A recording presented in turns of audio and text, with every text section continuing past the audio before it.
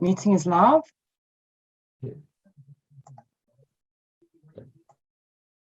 Welcome everyone to the Community and Recreation Committee meeting. I'll just start with a brief prayer. Thank you, Lord, for today, and thank you for the opportunity again to make decisions wise and for the city. I put a special prayer out, Lord, to the many families, individuals who will be going through a bit of a tough time with the storm event and excessive rain that we had to pass. So please put you on our hearts, and any way we can help these families that have been displaced and homes and businesses displaced during this time of need. I thank you, Lord, for today, and God bless. Amen.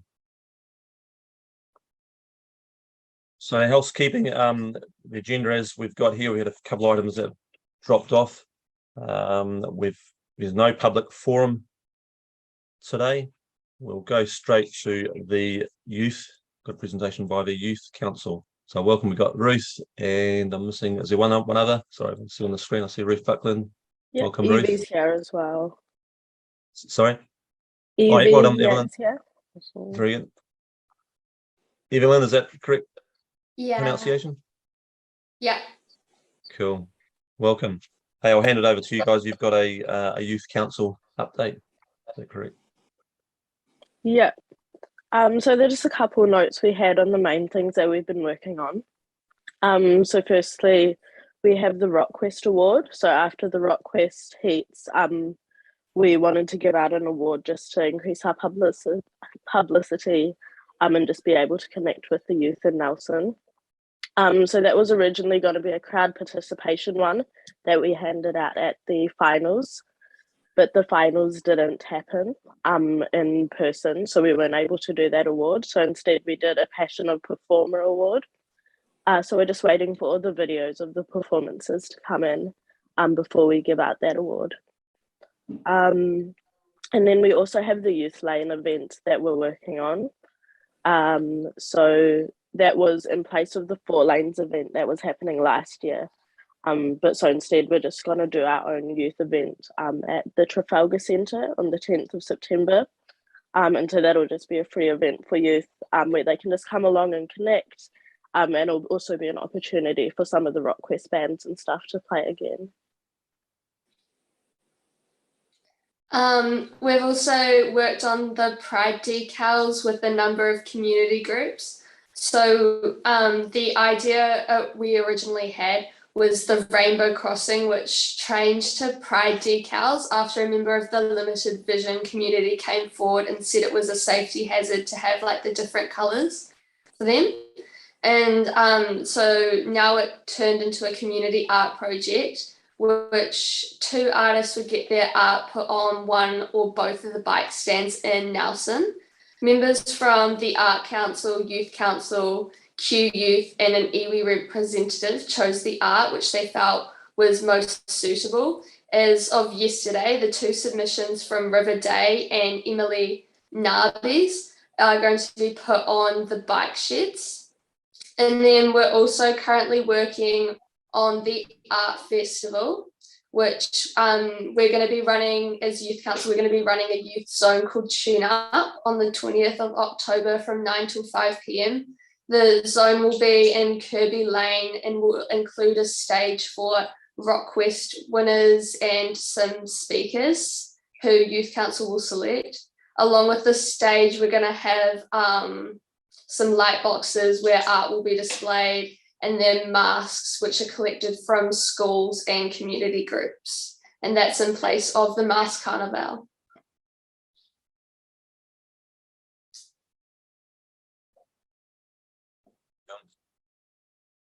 Thank you, Evelyn and Ruth. I appreciate that. Anything to add to that? No. Very good. I've got some. Was there just checking that's the end of your presentation. Yeah. Yeah. Hey, thank you for that. I've got a question there from Matt. Kia ora, Tim. Kia ora, everyone. Kia ora, Ruth and Evelyn. Thanks for that report. Sounds really good. Just wondering about the rainbow decals. Are they actually going to be 2 different designs on the 2 different bike shelters, or are they one design by 2 people? From my understanding, they're two separate pieces from two separate artists. Awesome. Can't wait. Thanks very much. Oh, and one more question, if it's okay, through you, Tim. What's the time frame? Are we going to get them up pretty soon?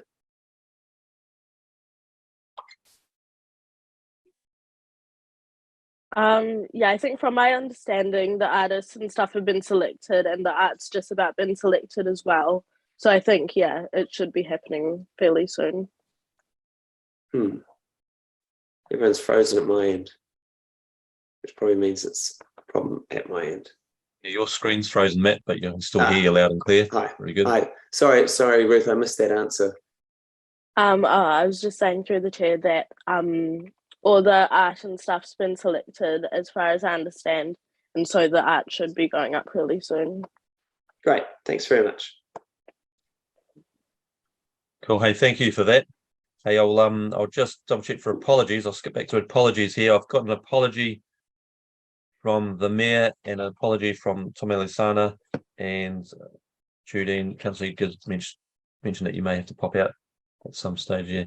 Can I have someone move the apologies, please? Moved by Councillor Egger, second by Councillor Bowater. Put it, those in favour, aye. Just a hand up's fine. Those against, carried. Very good. And just as usual, any interest, please raise those as the meeting progresses. Order of business is as we've got in the agenda here. Over a couple of items that have dropped out of the this Bishop Suter, the Fit Nelson Festivals Trust, and might have been a report there that has dropped out for a later stage. Confirmation of minutes. So we've got on pages 8 to 17 the minutes from our previous meeting. Can I have someone move that they're true? I'm happy to move that, Mr. Chair, the confirmation of the minutes. Thank you. I've got Mel. Can I have someone second it? Bowater. So moved and seconded that they're a true and correct record. I put it. Those in favour, just put a hand up. Aye. Those against, carried. Thank you. Sorry, I saw Yvonne talking, but I think you're on mute, Yvonne. Thanks. I raised my hand and put that one up as well. Sorry, Tim, to the chair. There's just a bit of clarity for the minutes. There's actually a couple of corrections to be made to the minutes. Okay, I'll get you to. We've just moved and seconded those, but can you outline those? We can make a note. Sure. The second paragraph of section 7, which is on page 10 of our agenda, and the last paragraph of section 8, which is also on page 10 of our agenda, that while they are both correct, make no sense because they lack context. The second paragraph of section 7 relates to my request to speak at the chairperson's report. That needs to be added to the minutes.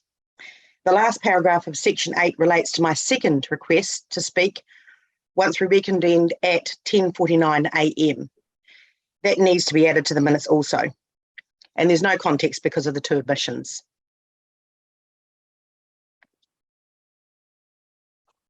So I'm trying to follow that. So Mark, we have we've got the minutes in front of us. The minutes are as they were.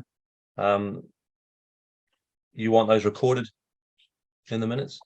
Well, that would have been an opportunity at the time. They actually have to be noted and recorded against those minutes, or your minutes have no context around the two areas, as I say. So section 7 has no, you've got Councillor Fuller there, it has no context, and neither does section 8. I can send through what I've written here to the GAs, but at the moment, your records are not a true and accurate record of the meeting. Okay. If you want to send those through to GAs, and we'll make a note. They'll have to be noted against them because, as I say, your meetings at the moment of the minutes of that meeting have no context around those 2 points, so they don't really make sense. I'll get some governance advice on it. I'll get some governance advice next, I think. But okay, thank you for that. We'll note that. No, there'll be right. Thank you. Thank you. We'll move on to the approval of a draft Te Angaʻi iho strategy for the community feedback. I've got that. Tanya, is that correct? Are you bringing that? And Pania. Thank you. Cheers, Pania. I just see your screen pop up. Yeah, thank you.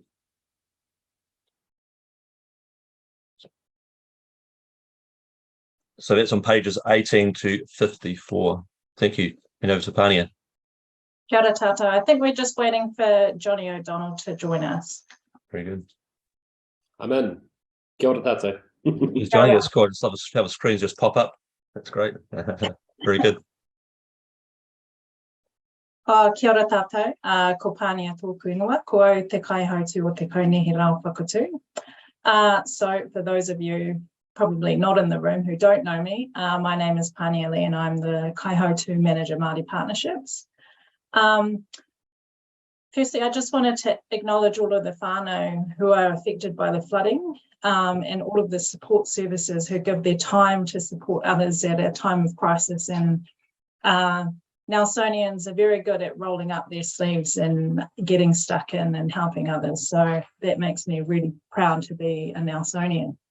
I wanted to introduce you to our team, Mark Preston Thomas, who can't be here with us today because he is in the CEDAM office, Sarah Newman-Watt from the Community Partnerships team, and also we have Johnny O'Donnell from OD & Co, who was brought in as a consultant to assist as a contributing writer and co-author.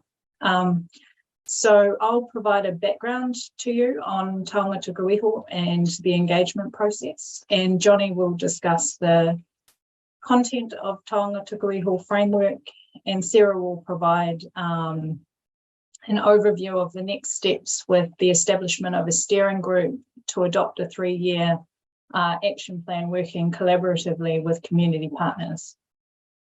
So Taonga Tuku Iho Heritage Strategy 2022-2032 has been on a bit of a journey, which started in 2020. So it's been 16 years since Nelson City Council adopted the Whakatū Nelson Heritage Strategy in 2006. And over this time, we've seen a quantum shift in how our community understands heritage and how we see ourselves within it. And Taonga Tuku Iho offers a holistic approach to understanding heritage located within a Te Ao Māori framework. And this approach encompasses built heritage as well as the importance of natural and metaphysical heritage such as language, stories, and the arts. So Taonga Tuku Iho, as I mentioned, began in 2020 with Business Lab, who were engaged to facilitate engagement with iwi, the heritage sector, individuals, organisations and agencies, and other interested parties. Key partners outside of council who have had input on the co-design and co-development of the strategy include the 8 Te Tau Ihu Iwi at an operational and governance level, Tasman Bay's Heritage Trust, Suta Art Gallery, Department of Conservation, Whakatū Marae, the Heritage New Zealand, the Te Tau Ihu Cultural Council, Heritage Nelson, the Historical Society, and an archaeologist. So council have had an open invitation for community input on the strategy via Shape Nelson since 2020. That is currently still live on Shape Nelson. So we've received some comments from elected members on the shorter feedback period from 4 weeks to 3 weeks that is recommended today. Our preference would have been obviously to go out for a longer period of time to receive feedback. However, timelines have not allowed us to meet this timeframe within this triennium. And given that Taonga Tuku Iho has been under development for the past 2 years now and interested parties have been engaged throughout the process, we feel that we've had significant input and feedback on the current draft. So key partners involved in the working party have received the draft and already provided significant input on the development of the draft strategy. So we're confident that we've captured much of the areas of interest for the community. We've received positive feedback and support on the draft from our partners, and our team are confident that Tangata Kuiho will be a document our community will be proud of. The difference with this strategy and the approach is that Council has not drafted it in isolation of the community and then gone out for feedback. Instead, we've written it with the community partners who are immediately impacted by the strategy. And what we've heard is that the community have waited long enough for this strategy. So they want to see it, and they want to see it adopted by Council. And so key organisations and community groups in the heritage space have had an early copy of this and already had an opportunity to provide feedback. If we push the timetable out, we take this into the next triennium, which means a delay of months rather than weeks. The iwi Chairs Forum have agreed to co-author the foreword with Mayor Rees. If we change that, we will need to go back to that forum, which will delay things further.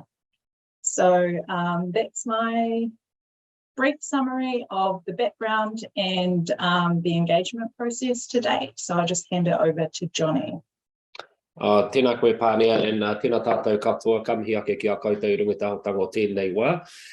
Morning everyone, hope you're staying safe and dry out there, and recognise it's probably been a big 24 hours for all of you, so thank you for all being present for this particular kaupapa as we discussed this morning. I'm a late entry to the Tangata Kuiho kaupapa and project. I, as Pania mentioned, was only brought on a few months ago in the final stages of landing this document, so I definitely can't take credit for a lot of the amazing work that's gone on over the last couple of years. But I do want to pay tribute to the team who have developed this and put it together, as Pania said, working with community right throughout, because I do see this as very much transformative in the way we view and approach heritage. I think it's no mean feat to recognise where we've landed with Tangata Kuiho and the significance of having those 8 iwi tohu right at the front of that document as a strong signal of support, and the fact that this is not a case of a document being developed in isolation, then taken back to iwi partners to rubber stamp a council-owned document, or going back to community organisations. This is a document and a strategy that very much has partnership baked in from the outset, and that will carry through to the delivery and implementation of it. So yeah, full credit for the team, and I don't think we should underestimate the significance of that today.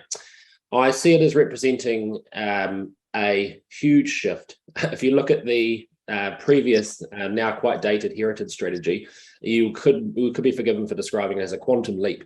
It's amazing how much the community has moved in that time, and this document recognises that substantial shift in understanding and connection within our community and gives effect to it through this strategy. I think for me, the big thing that I want to emphasise is the way this is opening up the way we see our heritage taonga and viewing it in a more holistic and healthy way. This is more than buildings and panels. We're talking about living, breathing heritage taonga, our tohu whenua, the unique heritage of our natural environment here in Te Tauihu, which is one of the most significant in the country, the customs and practices of this place, the languages and stories that shape this place and our relationship back to it. That's all Tangata Kuiho, and it's all represented within this document. It moves us from a linear view of history to a woven one that connects us as people of Whakatū and people of Te Tauihu, whether we are some of the original inhabitants and tangata whenua of this place, or we've just arrived. We all have a story and a connection to this place, and I believe the approach that is bedded into this Tangata Kuiho strategy is one that will resonate with everyone. It takes us from what was previously a very dominant narrative to a diverse and inclusive narrative where there's space for everyone. It moves us away from thinking about our heritage based on events to thinking about relationships, both how those relationships were formed, the impacts of them, but also our role in shaping those relationships in the present context and moving forward. And it doesn't view heritage assets as merely historical. These are living, breathing taonga that need protection, they need to be looked after, enhanced and passed down to future generations so that we can be both good ancestors and good descendants of those taonga. It brings our dynamic stories of this place alive, which will help shape the identity of this place and people's connection to it, and ultimately connect right across our community, because that's what stories do. That's what connections and relationships to place and to each other do. They build community. And so sitting behind the strategy is all about building community. And I think that opens up a world of possibilities. So I think as a council, you should be very, very proud of where this document is at, the significance of the partnership. And I'll finish up by saying the significance of iwi's the iwi commitment to using Māori concepts in this way, which is inclusive for everyone. So there are some really significant Māori concepts in this document that need to be handled appropriately and treated with care at Aroha. But I think it's significant to see the partnership with iwi backing these, and the fact that we know these concepts will resonate with everyone. And I think we are fortunate to be in that position where iwi are working at this level with us on heritage. And so this is a significant strategy to be able to send out for consultation and final feedback, although I do know it has been a long journey of development for the community. And I'm sure those who have been involved both on the iwi side of it and in the community organisations that have contributed are more than ready to receive this document. So hopefully you are too. Tēnā tātou. Kia ora. Thank you, Johnny. I'd like to share with you how the strategy will be implemented. So implementation will be overseen by a steering group, which will be made up of organisations and individuals with a passion for tongatuka iho. The steering group will develop an action plan which will follow the pokarero outlined in the strategy. Those pokarero are kaitiakitanga, guardianship, mana motuhake, uniqueness, Te Taiao, natural world, whanaungatanga, community relationships, and rangatiratanga, leadership. Work has started on the action plan through the working group that has been developing the strategy, but it requires more discussion and can't be completed until the strategy has been finalised. The steering group will be then mandated to agree the key priorities for the strategy, for the implementation of it. This is a community strategy, as you've heard, so council will only lead some of the actions in action plan, and budget has already been allocated through the long-term plan. There was, in this year's budget, there are $39,000 allocated for Nelson City Council implementation, and $61,000 which has been allocated to supporting partnership projects with other key stakeholders. Thank you, Sarah. Thank you, Pani and Johnny. Before I hand over to questions, anything else there to summarise? Thank you. I've got questions from Mel and Gail. Mel. Thank you, Mr. Chair. And Pania, thank you so much for your introduction here this morning, because you took a moment just to mention those that are being impacted by the flooding in Nelson. And I think that was thoughtful and appreciated. So that's, for me, was a very good start for this topic this morning. And thanks to Johnny too. It's all about community. But Pania, I felt uneasy about the 3 weeks consultation period. So, and I heard your justifications for it, and I do understand them actually too. I really do. So to sort of appease me, to sort of settle me down a little bit, I would like to think, seeing we hadn't had a strategy for 16 years, that perhaps we don't shut the door on hearings from people that want to still contribute. I notice in here you say you consider that hearings are not required. Pani, would you please give consideration to perhaps allowing those that may want to still speak to come to a council forum prior, or a committee forum of this committee perhaps, following the 3 weeks consultation period? Would you please consider that? Do you want to respond to that, Pani or Sarah? I'm happy to address it, and Pani and Sarah, please feel free to jump in, because you raised a valid point, and obviously it was Pani addressed it from the outset, that this is a shorter consultation period, and we are where we are in terms of the timeframes, and I think it's fully within your remit and mandate as a council to make that decision about whether to go for a longer period. But I think it's important to be clear about the implications of that. You have had people contributing to the strategy for over 2 years now. So they have waited a considerable length of time to get to this point. And whilst a short extension on the consultation in our minds may seem like a week, as Pania alluded to, just because of this triennium and the timeframes, it will push it out quite considerably and trigger a fresh round of needing to go back through the iwi Chairs Forum as well, because the forward will then be dated too. So clearly within your control, but there are implications to extending that out. So I think they need to be considered, because the community has waited quite some time for this strategy already.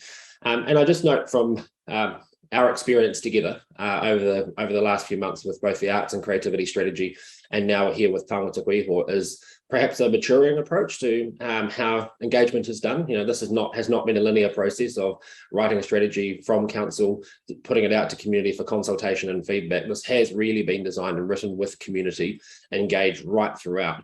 So those who are directly affected stakeholders and interested parties in this have had considerable time, even including right up until recently, seeing the most recent draft before it's come back through to you for any feedback and changes. So there have been people who are impacted have been given considerable opportunity to have input on the strategy to this point. So I just want to emphasize that. Do you have anything to add to that, Pania? Yeah, I guess if we do receive considerable feedback that may change the course of action, then it would delay the engagement process on the strategy. So, but we don't really want to slow it down when we've had such significant feedback from key partners who are impacted by the strategy. And who want to see it implemented, so that we can start, well, not that we're not working together, but we have a framework in which we can be working together. Thank you to both of you for answering that. Mr. Chair, I understand those arguments, the reasoning that Johnny has presented. I said that to Pania. I understand that in the tight time frame. I'm not happy with it, but I do understand it. But what I was trying to make a plea for was hearings are not required. Now, that's where my interest lies now, because people, for many and varied reasons, in the middle of a COVID pandemic, may not be concentrating on this as much as they should. Their attentions may be elsewhere. So I just said that my plea, and perhaps it might be, as Johnny says, rightly to officers who are listening today or are present, that we do give consideration, favourable consideration, I think we should do, to perhaps making some time available so that people who do want to present, no matter how late it is, have the opportunity. Perhaps we let it be known at a public forum prior to another community and recreation committee meeting after the 3 weeks consultation. I'll leave it there, Mr. Chair. Thank you, Mel. Thank you for raising that, and I'll come back to that. Gail, Pania, do you want to respond? I just wanted to add that the purpose of the strategy is to provide a framework in which we work, and some, the key outcomes and what we want to see as a community in the arts and heritage space. And so the opportunity for community or community partners, key stakeholders, interested parties to have input on those outcomes would be through the action plan, which is what Sarah had discussed about the establishment of a steering group. So that is a live process. So that's always that's a living, working forum. So an opportunity, to provide feedback and direction on what the priorities are for the heritage sector. And Pania, would that be an opportunity for public as well? Yes, Community as well? absolutely. It is a public forum. Okay, thank you. I've got Gail and Judine. Thanks, Tim. Thanks, everybody. Morning, Johnny. Haven't seen you for a while. and good to see you, Pania. Look, I did write an email to Pania, so I've got two things. Part of it is backing on to Mel's comments, and the other one is actually the readability of the document itself. So I'll do the readability of the document itself. If we go to page 36, I was just looking at it as being able to actually physically read, and I found the front pages were great, but yellow is really hard as an older person. And I also found that the English on page 37, if that was as bold as the te reo, but maybe in italics instead for differentiation, but it needs to be a whole lot darker.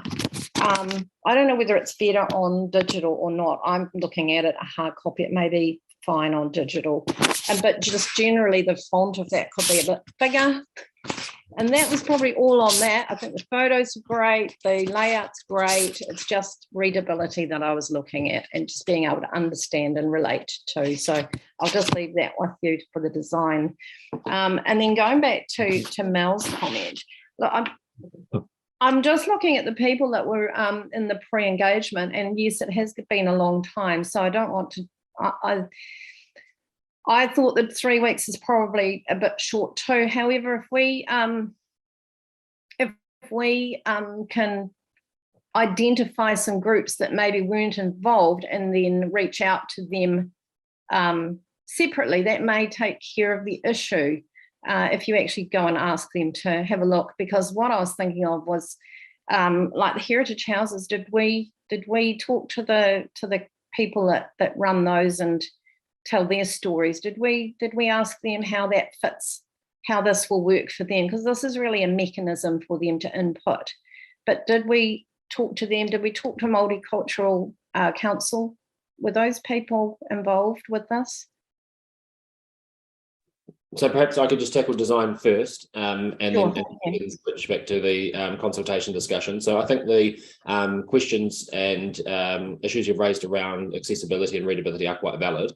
It's been a bit of a process to navigate because we engaged a cultural design agency in this, and we don't want to compromise the quality of that creative. And as you'll see there, a local illustrator, Matt Tate, provided the waka illustration that sits on the that page. So clearly we don't want to lose that. So we've been considering more feedback within that context, and we are thinking that the most amicable solution is probably to produce an accessible version where that's not in there, so people can access that if they're having readability issues, but we can stick with the existing version.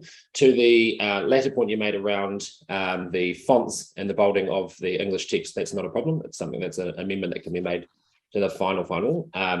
But around accessibility, as it stands, is obviously the plain text version if people want it, but we're thinking we'll produce an accessible version to go alongside it to deal with that. In response, all you need to do is increase the font size and just check, like where you've got the waka at the beginning. It's awesome. I agree with, all the illustrations and the photographs are awesome. It's just that if you look at page 40, you can't actually read it very well because it's white on yellow, and that's just so hard. I would prefer you to be able to just increase the font, make it more readable. I don't think there's that much you need to do, to be honest, and to produce a whole separate one, I don't really think you need to. I just think it's a little bit of here and there, if you like. Okay, no, thanks for that feedback, and it was just really to note that we thought they were valid concerns, and thanks for being so specific as well, so that we can deal with them. It's not a lot. Yeah. It's not a lot. I'm not expecting a lot. I just want everybody to be able to read it because it's actually a beautiful document. Right. So getting back to the who, did we involve Multicultural Council and the heritage houses? Were they involved in the pre-engagement? So through the chat, I'll answer that, Gail.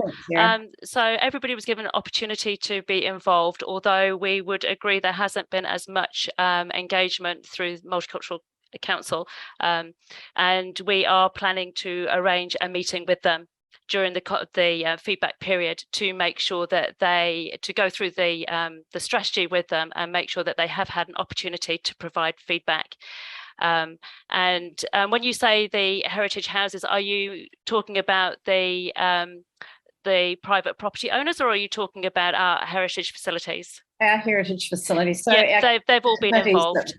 They have. Yeah, Awesome. yeah, absolutely. Thank you. So just to allay some other issues that I've heard maybe from Mel, is that if anyone else has any other group they would like to hear from, maybe we just send them a separate letter.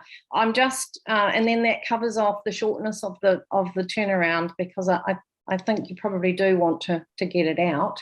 And it's the next stage that Pani was telling about, where you're setting those the strategies themselves. This is the first part. So yeah, you probably won't want to slow it down. But if we actually write to people and say, if there are any identified, we just approach them separately and just say the opportunities there, would really love you to input on it, then it won't slow down your process either. And I am thinking that people meet monthly in committees. So, you know, that was the reason why I mentioned that. I think that was all. I love the way that you're talking about storytelling, and I think people really relate to storytelling. So, look, the basis of it, I think will be very enjoyable. It's the next step. So, with those things in mind, I'll leave it there. Thank you. Yes, thank you. I've got Judine and then Yvonne. Cheers. Look, apologies. I had to step out, so I may have missed what meeting this is coming back to. And then there was an answer to a question about speaking at a public forum. Can we just clarify which meetings we're talking about?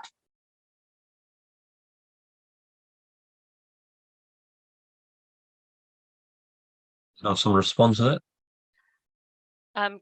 I can, through the chair, I can answer that question. So the strategy will come back to full council meeting due to the time frame. However, if we have significant changes that are required, then we will bring it back to the Community and Recreation Committee, and that obviously will be a delay, which will be unavoidable. So it'll, sorry, just to clarify that, if it's coming back to a Community and Recreation, that would be next term then? Yep. Yeah, okay, all right. And then just in relation to, there was a response to a question about people speaking. When were you saying you were going to offer that opportunity? Because I'm not aware we've got any time for that to happen either. So have we thought of other mechanisms to do that if people did want to? Kia ora, Judine, thank you for your feedback, and thanks also Gail and Tim, Mel, for your observations about receiving further feedback from the community. And as Sarah mentioned, we'll be meeting with the multicultural group directly, and we're open to meeting with other groups as suggested by Gail. The other suggestion would be that we have a drop-in session at the library over that 3-week period, where we can receive feedback, and that won't delay this process in terms of presenting the final draft document. Beautiful, because yeah, I mean, I think that's what it's about. As Gail suggested, you know, and we've done that with other strategies where we've actually written to groups and gone, hey, this is out, you know, this is where you can find it, rather than them hearing about it organically via, you know, news or Facebook. Yep, those opportunities, yeah, to you know, have a Carrero about it. Look, I think that's going to be the key, and I think it can be done, and it can be done really well, just with that slightly more direct engagement and some of those extra opportunities. So thank you very much. And my just very last little one is just on page 30, which is part of the public feedback document. And I think we did this with the long-term plan, and this is feeling like the document we should remember to do it on, is it notes that we can receive written or verbal. Just wondering if we want to clarify, we can also receive in Te Reo or other languages as well. Great. I'm seeing nods, so nods for the record. Thank you. Yep. Thank you. I've got Yvonne and then Pete. Thanks. I just kept my hand up because of the fact that I said I was going to speak, but I think it's been well and truly covered off by Mel, Gail, and now just Judine. Yeah, I was also reluctantly concerned about the whole 3 weeks, because I think it's quite a significant, as it's been mentioned, quite a significant piece of work that needs to be given the respect, especially for the wider community that may not have engaged so far. But everyone seems to have ticked off the things I was concerned about, because there was a comment made about rubber stamping, and I don't want that to be the case at all for the wider community, because as we have seen the length of time, it is a significant partnership and building the community, etc., etc. So that 3 weeks was a little bit of a concern for me, but it's been covered through quite nicely. And well done to all involved. Thank you. And then Matt. Thanks, Tim. Apologies if somebody else has already mentioned this, but has anybody mentioned the fact that on page 52, 53 of our agenda, which is double page spread, that the image is of the top of Trafalgar Street when we had cars driving through it? It's at least 4 or 5 years old. Are we telling the story of when cars were part of our main street, or should we actually have a more up-to-date photo? Now, I am actually being serious about this, because this is about the 3rd time I've had to mention this in a public document. Perhaps it's time that our comms team commissioned a really good photo of the street as it is. And saying all of this, I absolutely don't want to hold this document up. So if it's too late and it can't be done, don't worry about it. But at least have we think about it. Thank you. Great document, by the way. I'm really, really impressed with the document. I think it's a fantastic bit of work. Good on you. Thanks. The photo is part of our heritage history. Yeah. We hadn't actually clocked that until recently, and so now that it's been noted, it's possible to change that image out, because we agree. Perhaps if any document you could get away with it, it is a heritage one. But I take your point on board, and because it is such a stunning shot, I think it's a great idea to go and commission because it's a beautiful spot. Sure. I think I've got Councillor Laurie.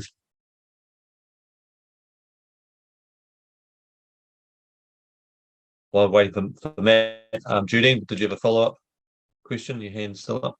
Oh yeah, I was just noting we got some fantastic new photos of that area with the new catenary lights all up. So yeah, thank you. Matt, you had a question? Yeah, thanks.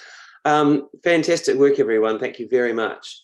My question goes like this. If we were to show this strategy to the team who did the strategy 16 years ago, what do you think they'd make of it?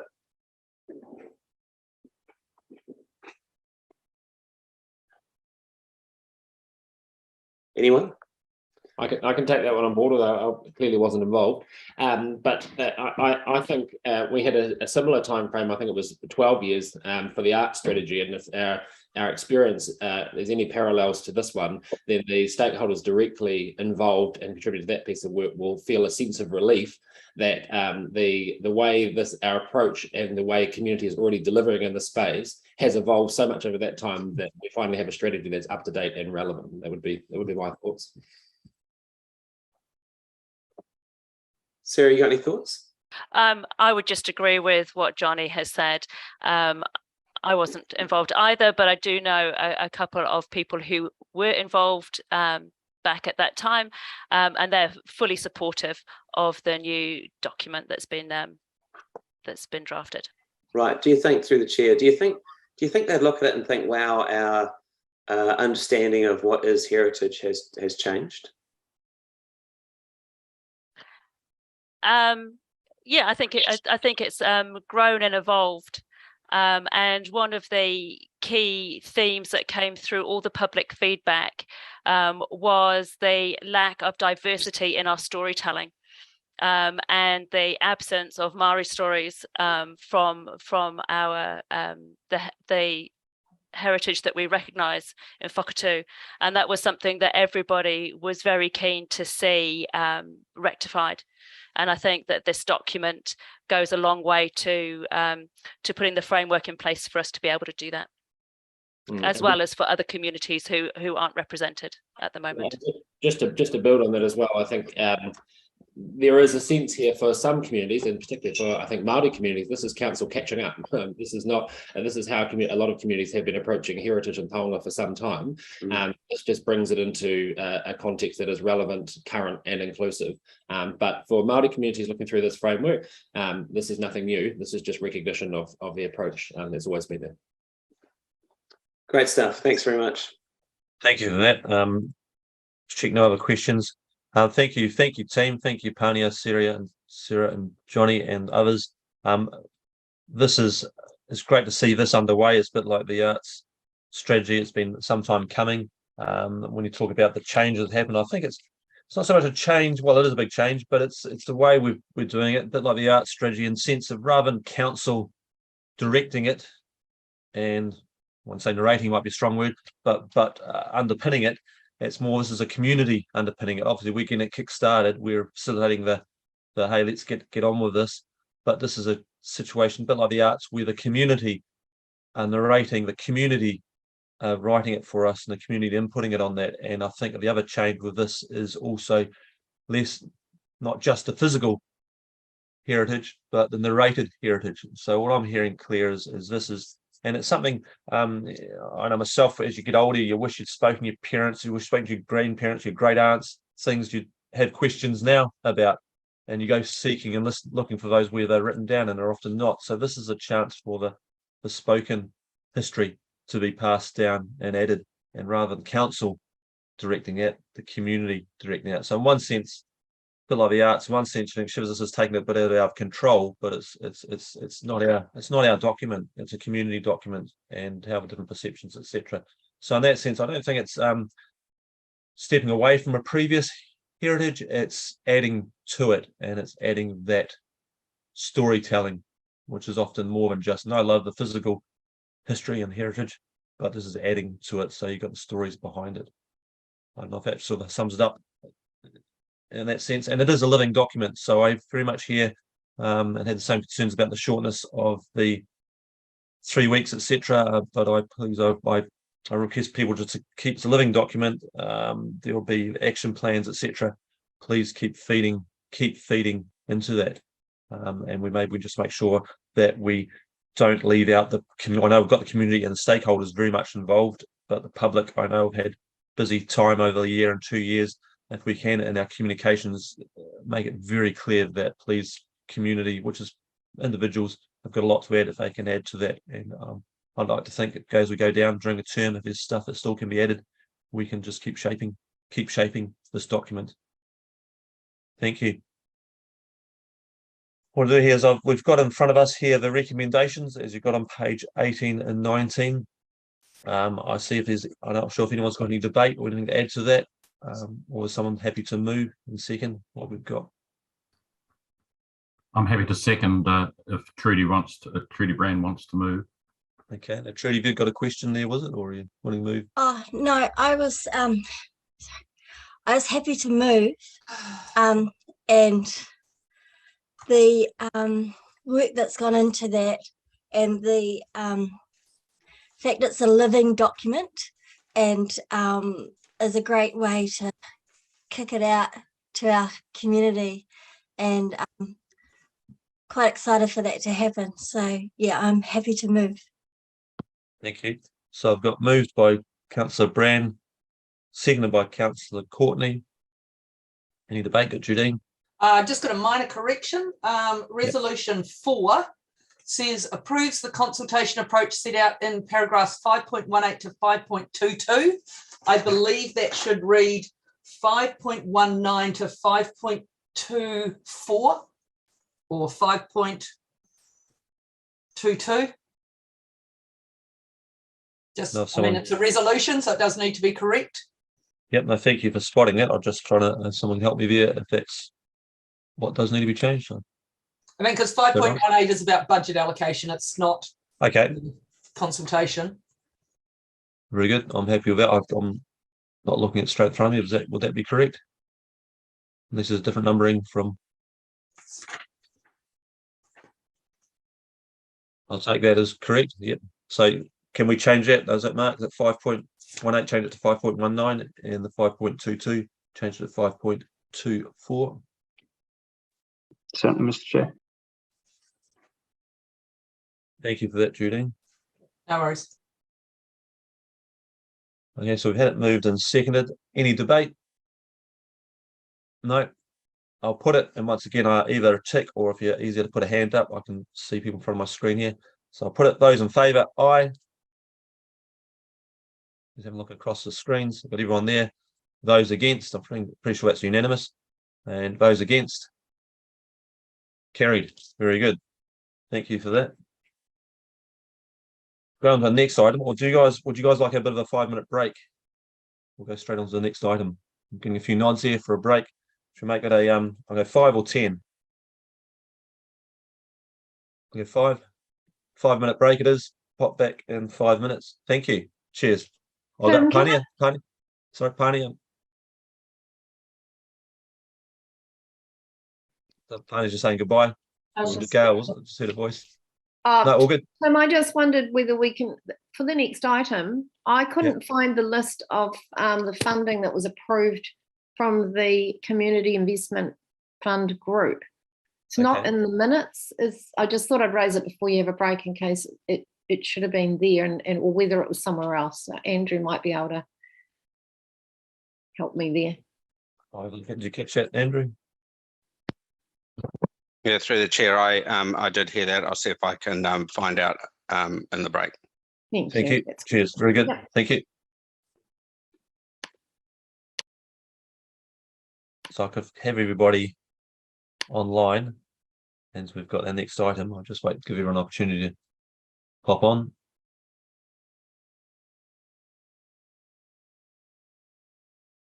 Good. We got Mark Preston Thomas, or he's away, is that right? Through the chair, I think that that's right. That's right. Tanya, that's right. So you did say Tanya was going to take care of that. Very good. So I'll just check you're all good, Tanya, before we resume. Kia ora. I actually think it might be Andrew that's going to speak to this one. Is this Community Investment Funding Panel? Yep, so Andrew's got his hand up there. So cool, you're good. Andrew, I'll just get us started. Yeah. So Kia ora. Thanks. I'll get everybody back online. So we're just resuming after the break. So we've got the Community Investment Funding Panel minutes, and it's on pages 55 to 62. I'll hand it over to Andrew. Thank you. Kia ora. Thanks. Thanks, Councillor Skinner, through the chair.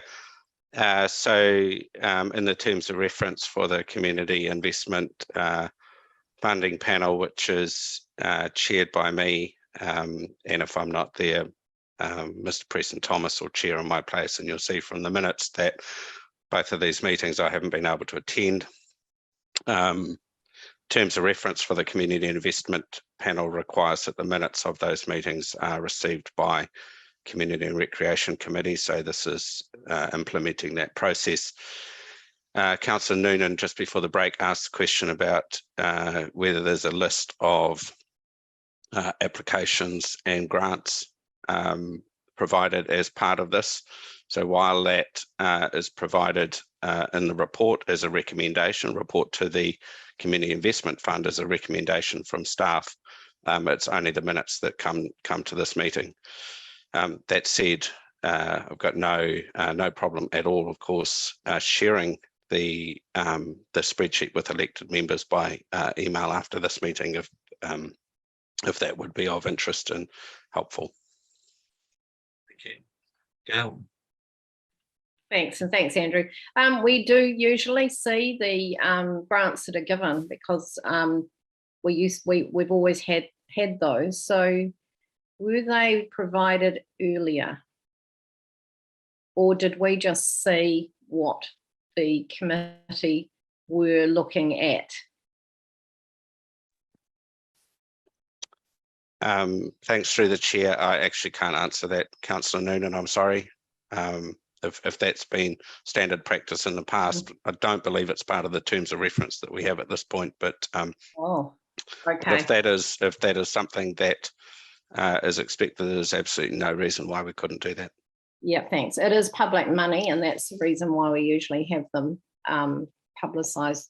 So maybe that could be, while you offered to send them out by email, they probably also need to be somewhere for the public to access to see where the funds have gone. Thanks. Otherwise, I mean, the recommendation doesn't impact. I've just checked that, and that's just receiving what we have got today. So that's not going to impact your resolution at all. Thank you, Mel. Thanks, Mr. Chair, and through you to Officer White.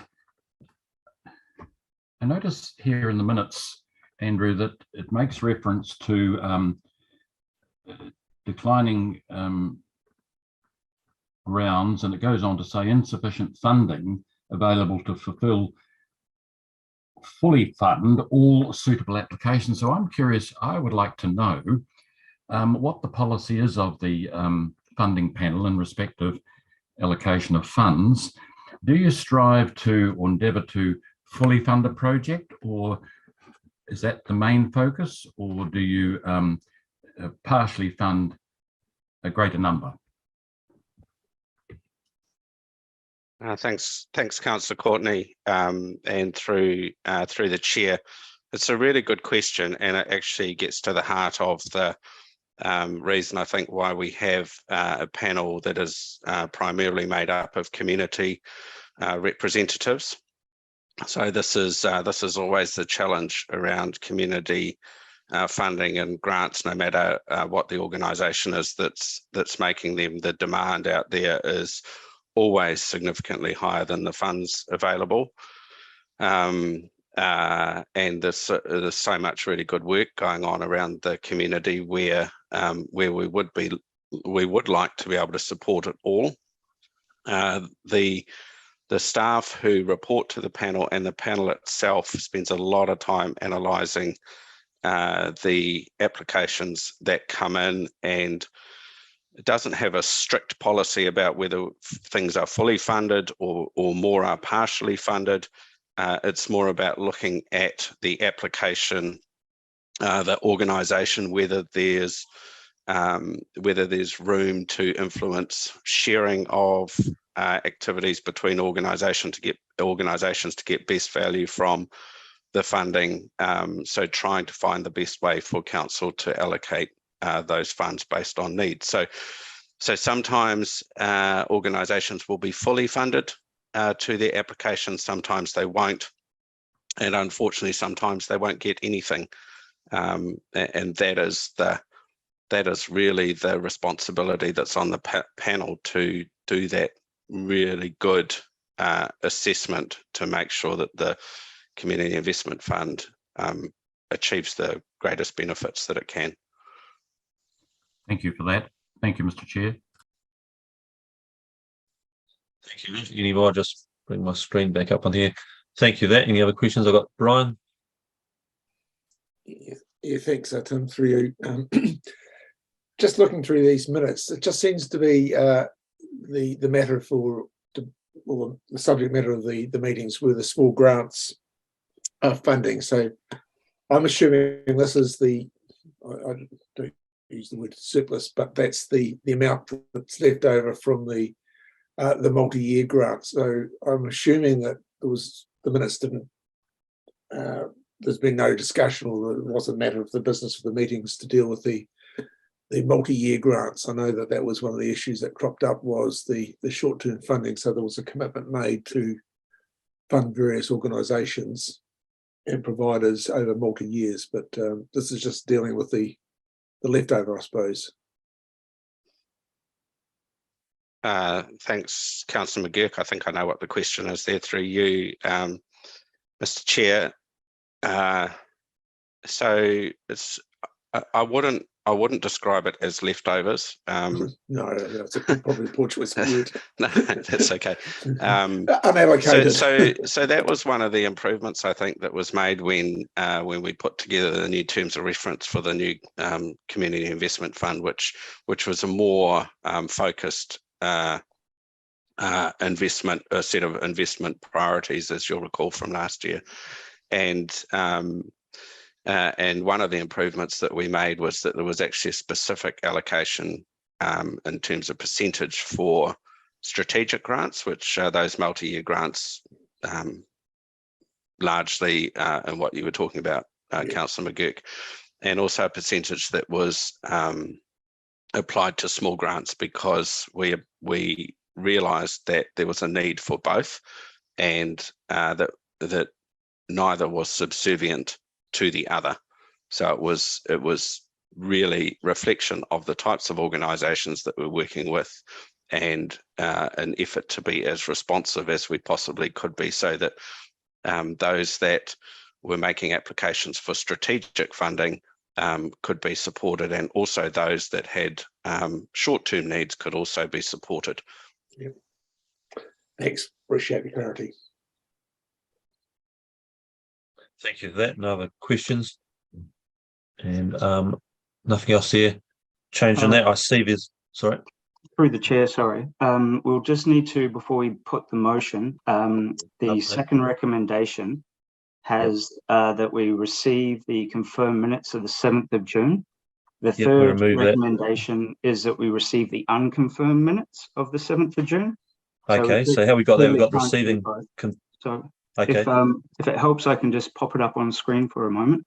Yep, no, that'd be good, because I've got removing of the 7th of June, but what just put and receiving the unconfirmed. Hopefully that's up on the screen now for everyone. So what we need to do is remove the highlighted part here, 7th of June, because those minutes have not been confirmed. And it's noted in the third one down here that we're receiving the unconfirmed minutes anyway. Very good. So that 7th of June was just accidental duplication. Cool. Thank you for that. I've got that noted there, but thank you for raising that. Very good. Everybody clear on that? We just, as you see, we're just receiving the report, so I don't believe there's any debate unless someone puts a hand up for that. So can I have someone move and second that? Got moved by Tom and seconded by Trudy. Thank you. I assume there's no debate. We've had no more questions. I put it. Those in favour, either a tick or a hand. Those in favour, aye. Just cast my eye across. Cool. Those against, I don't see it unanimous. Okay. All for favour. Carried. Thank you. That takes us to our next item, which is the Bishop Suter Trust adoption of final statement of intent.